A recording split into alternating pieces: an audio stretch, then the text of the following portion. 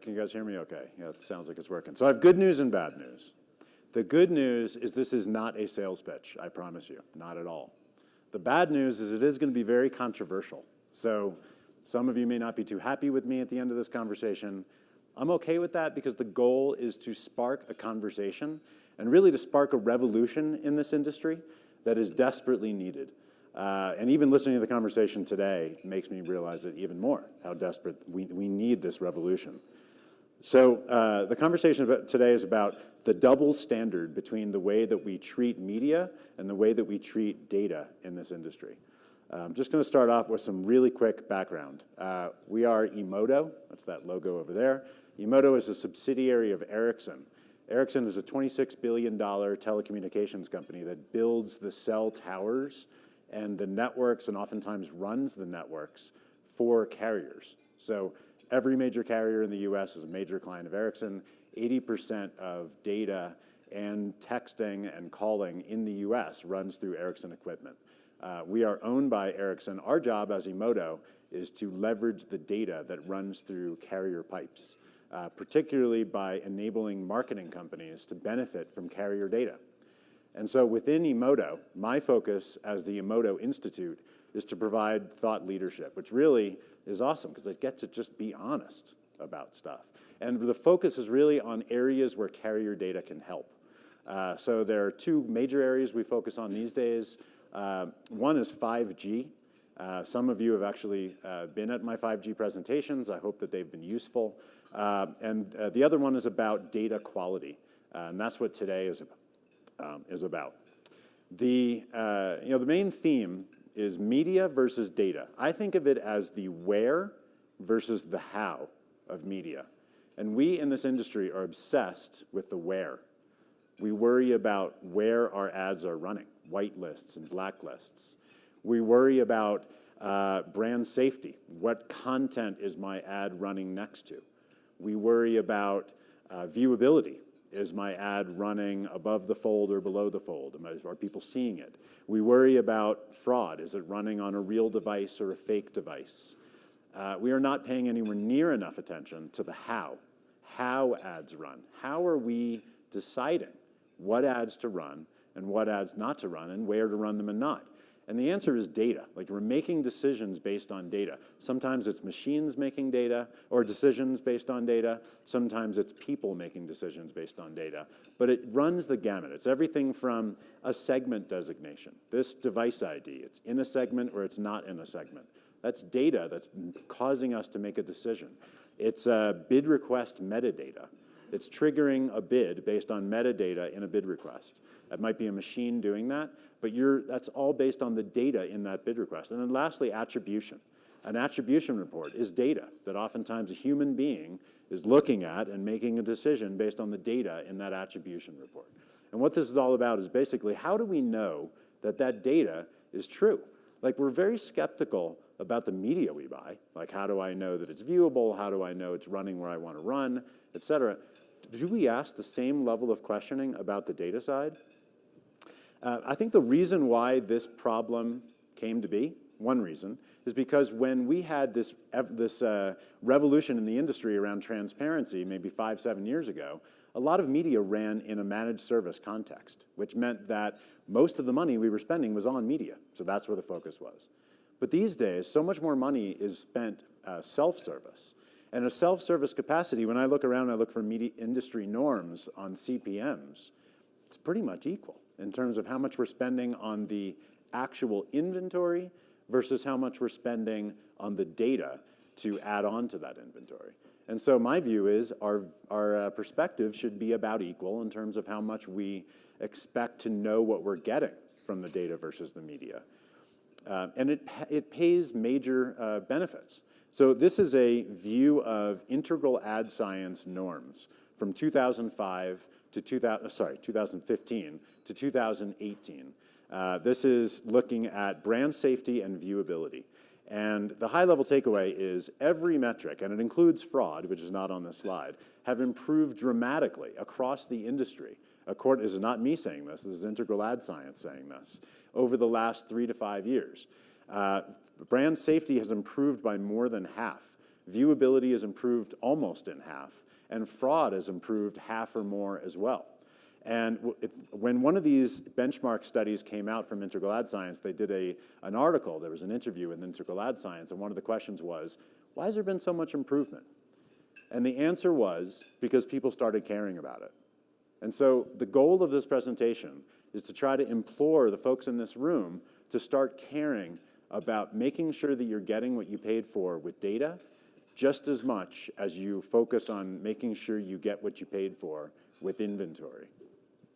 And so, you know, the next step is, how do we know that data is good or bad in this industry? What data do we have to base on that? And I would say that there are two truth sets that we can look at, that I know of, about data that can tell us definitively how high quality data is in this industry. One is Nielsen DAR. Nielsen DAR ultimately comes from Facebook. It's basically age and gender data. You're all probably familiar with this product. So the most recent norms from Nielsen on the accuracy of demo targeting data in this industry, when you look across all their segments, it's about half wrong. 50 to 60% of data is inaccurate. And what I think is actually even worse than that is it's not improving. Like if you look year after year after year, the most recent benchmark says that it improved 1% year over year, 1%. So while in fraud and viewability and all these things, we're improving half, in data quality, we're improving 1%. So the other truth set is carrier data. We have carrier data.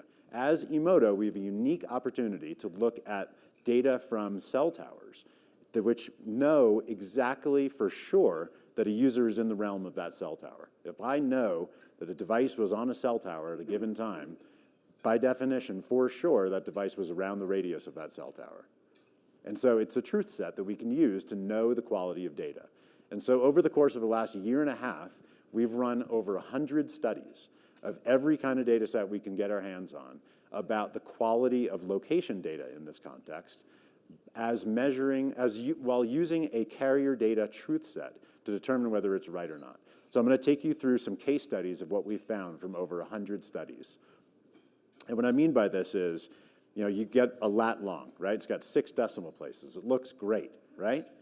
But what if that lat long, it's very precise, but what if it's very precisely in the wrong place and the user was actually somewhere very far away from that? It doesn't matter how many decimal places are in a lat long. What matters is whether it's actually true or not.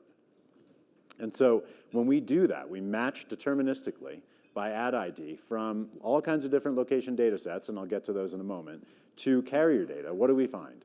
Across over 100 studies, every data set that we've ever looked at, 39% of data points are within a mile of where they were supposed to be, 39%. So fraud averages something like 9% in the industry. So we're saying so just purely on like wasted spend, I would argue that data quality is a multiple times larger problem than fraud, and yet it gets way less focus than fraud. And this one I think is actually even worse. When you cut the results by raw data versus filtered data, and what I mean by that is when we look at data straight from bid requests or straight from SDKs with nobody ever attempting to filter out inaccuracies versus when we look at data sets that went through a third party that claims to have filtered out inaccuracies in the data that they're using, the difference is minimal. Only 28.4% of inaccuracies are filtered out in data that go through third parties that claim that this is what they do for a living. So 72% of inaccuracies remain. And it's not just bid stream data. Like there's this unfortunate belief in the industry that bid stream data bad, SDK data good. It's not actually true. And you guys actually already know this, because when you open your Maps app on your phone, how often does it start off as a big, huge light blue circle, and it takes a while for it to kind of get closer and closer to where you are? So you know that SDK data is not perfect. It's just not a perfect technology. And our metrics, our measurement proves that out. We've looked at every major SDK data that we can find, and we consistently find that the accuracy is about 60 to 75% accurate. So definitely better than bid stream data, but nowhere near the level of accuracy to use it as a truth set to build an attribution study, for example. You have to be able to know which data is inaccurate and which data is accurate and what to use. And then last case study, it is really important to do this consistently. Like here is a very well-known location vendor that we measured in 2 different campaigns on 2 different brands a month apart. And in one campaign, they measured at 89% accuracy. Really good, among the best we've ever seen. Exact same vendor, exact same basic product, 1 month later for a different brand, 12% accuracy and 26% accuracy in 2 different segments in a campaign. So it's not to say that this particular vendor has any unique issues, it's just lack of consistency in what we have found in the data that we've looked at. And what's so amazing about all this location stuff, I'm going to come back outside of location for a moment, but lastly, these are 2 slides from a study that Factual released just a few weeks ago. And one of the questions was, how do you rank the importance of features when you're deciding what location data to buy? By far the #1 answer is quality, more than the next 2 combined. And there was another question, which is, which factor is most important when evaluating the quality of location data? And by far the most important, but the biggest answer was accuracy, bigger than the next 2 answers combined. So marketers and advertisers, they claim to care about accuracy and quality, but that's not what they're getting today. And so, I'm going to give you guys some examples of what you can do to fight this today. It's not that easy, but here are some best practices of what you can do. One is pure sniff test. This is an actual screenshot from the LiveRamp data store just a couple days ago. I'm just giving you a straight up screenshot of a segment that is supposedly devices that have visited a Hyundai dealership location at least once in the last 30 days. So not lookalikes. This is devices that were actually physically seen in a Hyundai dealership. And it's not cookies. This is just mobile ad IDs. So it's not like 10 cookies to the same user. This is like actual devices. 67 million devices were seen in a Hyundai dealership last month. That means in this room, it should be around 1 in 5 of us went to a Hyundai dealership last month. Who here went to a Hyundai dealership last month? 1. So, and you have the right to pay $1.25 CPM for that if you like. I just love this game, so I'm going to give you a couple more. Here's an Axiom segment, very well-known, respected brand. BP Motor Club, which I'd never heard of before, has 102 million mobile devices in it. Who here's in the BP Motor Club? 0. Okay, last one, not least, this is my favorite. Another Axiom segment for Millstone Coffee, which no longer exists. It actually closed down about 4 years ago. But you can spend $1 CPM if you want to reach 128 million mobile devices in the US that are likely Millstone coffee drinkers. And I got more, because you guys like these. 260 million devices in the US are likely high spenders at McDonald's. That's from a very well-known, respected brand that was recently sold by Group M. And I got more. There's 290 million devices visited an Arco gas station last month. Arco gas station is a regional gas station brand, for those of you who don't know it, from the East Coast. It's on the West Coast. 290 million, that's almost every device. So the first thing to do is use the sniff test. The second thing to do is listen for triggers of words that people use that don't really mean what they're supposed to mean. The first one is deterministic. This word gets thrown around all the time. And in science, deterministic means you know for sure. In our industry, unfortunately, this term doesn't mean that. It simply means I didn't change it. It simply means I got it from someplace, and I'm still using it in the form in which I got it. It doesn't have anything to do with whether that data is actually true or not.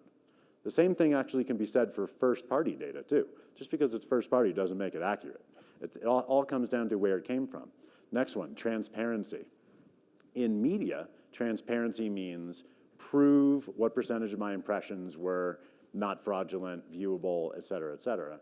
But for some reason, there's a disturbing trend in data that transparency is starting to simply mean tell me whether there's lookalike modeling or not, or tell me what company you got the data from. That's not enough. Like, it just showed you very well-respected brands with crazy non-sniff test data. So you may have heard of this data labeling initiative across the industry. I'm not in favor, because it's making people think that they're solving the problem without actually doing anything about accuracy or quality of data. Next one is, if I can get it to work, accurate. People use the word accurate when they actually mean precise. They're different things. Precise means specific. Accurate means true. So you can be imprecise but accurate. You can be inaccurate but very precise. And a lot of people use the word accurate when they really mean precise. Another one is scale and quality. If you see these two words in the same sentence, like your ears should be, you should perk up and wonder what's going on there. Like scale and quality are negatively correlated. It's like seeing a restaurant that has pizza and Chinese food. Like, how many people here would, when they see that, immediately assume that they do both badly? That's what I would do. That's what scale and quality is. Or another example would be like a Olympic athlete saying that they specialize in both the 100-meter dash and the marathon. Like, that's maybe a better example. These two things are negatively correlated. You can't optimize to both scale and quality. It's not possible. So the rest of them get in a little bit more into the details, and unfortunately, we're not going to have time in this setting to go through them in detail. So I just want to kind of give you a glimpse of what they are, so that if you want to talk to me about them later, or if you want to have the Emodo Institute into your offices to talk more about this stuff in more detail later, and I can give you guys some good recommendations from folks in the room who've had us in their offices and I think had a good experience. We're happy to do that. The first one is a day in the life of a data point. So we walk people through the 7 steps in the creation of a segment from the moment that a data point is created all the way through the point where a segment is used in a campaign. And in each one of those 7 steps, all the things that can go wrong. And also, even more importantly, all the human decision trade-offs that need to happen between scale and accuracy at each one of these points. At every one of these points, a human has to decide, should I optimize for scale or should I optimize for quality? And unfortunately, today, we as an industry are only measuring them on scale. So one should just assume, I would recommend just assuming in all cases, unless proven otherwise, that people focused on scale rather than quality. So quickly, the first one is occurrence. The data occurs. Second one, it is categorized. So the raw lat long is not useful. Knowing that it's a visit to a Subway shop, that's more important. Third one is defining a segment. So a Subway shopper could be somebody who went to a Subway once in the last 6 months, or it could be once in the last 3 days. Those are both Subway shoppers, but they mean very different things. Then we have lookalike modeling, which again, like you can have lookalike models that can optimize for scale, or you can have lookalike models that optimize for quality. You cannot have both. Match rates. Every time you match to a DSP or to a live ramp or something like that, there's data loss, there's inaccuracies. Sometimes you're matching multiple times. You want to know the details of that. Cross-platform. If it's mobile data, but you're buying it on cookies, there's inaccuracies and probabilistic modeling in going from one platform to another. More data loss, more inaccuracies. And then lastly, but most important, use. Even if a segment is perfect for some reason, human beings ultimately have to decide which segments to use. And the same trade-offs exist. If you use the best segments and only the most relevant ones, you have less scale. And so there's that constant trade-off between scale and accuracy. And another thing I'll show you guys is ACPM, which is a very simple concept. It's the accurate CPM. So it's very simply, if you have a $3 CPM, but you have an inkling that half the data you used is inaccurate, which is, I would generally use as a rule of thumb for data unless proven otherwise, then if you divide $3 by 2 to account for the 50% accuracy, you actually get a $6 ACPM. So it's simply adjusting a CPM for accuracy. So if you're comparing open inventory to a PMP, for example, the price might not be the same. But if you compare them on a CPM, that's a much more apples to apples comparison. So this is simply a tool to compare apples to apples, different data sources, different segments, different inventory sources, different sets of inventory on exchanges. And when given more time, we can walk through examples on the segment side and the supply side, but we don't have time for that exactly right now. And then last but not least, we have a set of RFI questions, because we get a lot of RFIs at Emodo, and a lot of them are written for marketing people to answer. The main rule of thumb when writing an RFI we recommend is to make sure that the RFI questions are things that only the product team can answer, not the marketing team. So we actually have a set of 8 RFI questions, or areas of RFI questions, that we recommend everybody ask of their vendors or potential vendors to really get to the bottom of the trade-offs that they're making between scale and accuracy that everybody faces. It's not unique to any company. Everybody faces trade-offs. And the question is really, what trade-off are they making? So we don't have time to go through the 8 today, but there's 4 based on the data source, and there's 4 based on the use of the data in building segments. And this one on the right here is a screenshot from my phone when we moved offices about 2 miles away last year. I wanted to go to lunch a month after we moved offices, and Google Maps thought that I was at my old office that I had not been to in a month. So, and that's Google Maps. That's like the company, and I have a Google phone. So this is like, best of breed of what location data is going to be like, and it thought that I was at my old office. So it just goes to show imperfections in the technology, and sort of an example of bad data out there. And I'd love to talk with you guys in more detail about what these RFI questions are. But to sum up today, since we're short on time, 4 crucial steps to better data. The first one is prioritize. Just focus on data quality. Put the same level of focus on getting what you paid for on the data side that you do on the media side. Number 2, recognize that price and scale are negatively correlated with quality. So if you're picking a segment based on which one's the largest or which one's the cheapest, basically by definition you're getting a lower quality segment. And so you want to think about ways to compare them apples to apples. And that's the third one, calculate. Try to come up with an apples to apples comparison, to make sure that you're not swayed by whichever segment is the largest or whatever segment is the cheapest or whatever inventory is the lowest CPM. Because you generally get what you pay for. Like, if something is cheaper, there's a reason for it. And the last one is ask. Seek much deeper answers to reveal the trade-offs that vendors are making or partners are making that everybody faces. Everybody has these trade-offs, and there's a lot of them. There's no way around them. We do just like everybody else does. Just a question of which side of that trade-off do you choose? And by asking really detailed questions that only the product team can answer, you can get out what people are actually choosing on that, on that scale versus quality conundrum. And the last thing I was going to tell you guys is if you like the content from the Emodo Institute, we actually have a podcast that is live right now on Stitcher, Spotify, Google, and Apple. It's called Five, F-I-V-E, the 5G podcast for marketers. It's about 5G. It's about the impact of 5G on marketing. We just released an episode today about the impact of 5G on privacy, which it's a detailed one. Some of them are much more higher level. There's one on data, there's one on retail, there's one on programmatic, which is not out yet. And we're also going to be doing a live episode at Adweek, on stage at Adweek. So I'd love to have you guys check out the podcast, and I'd also love to talk with you guys later about potentially having the Emodo Institute into your offices and talk with you guys in more detail about either about 5G or about data quality.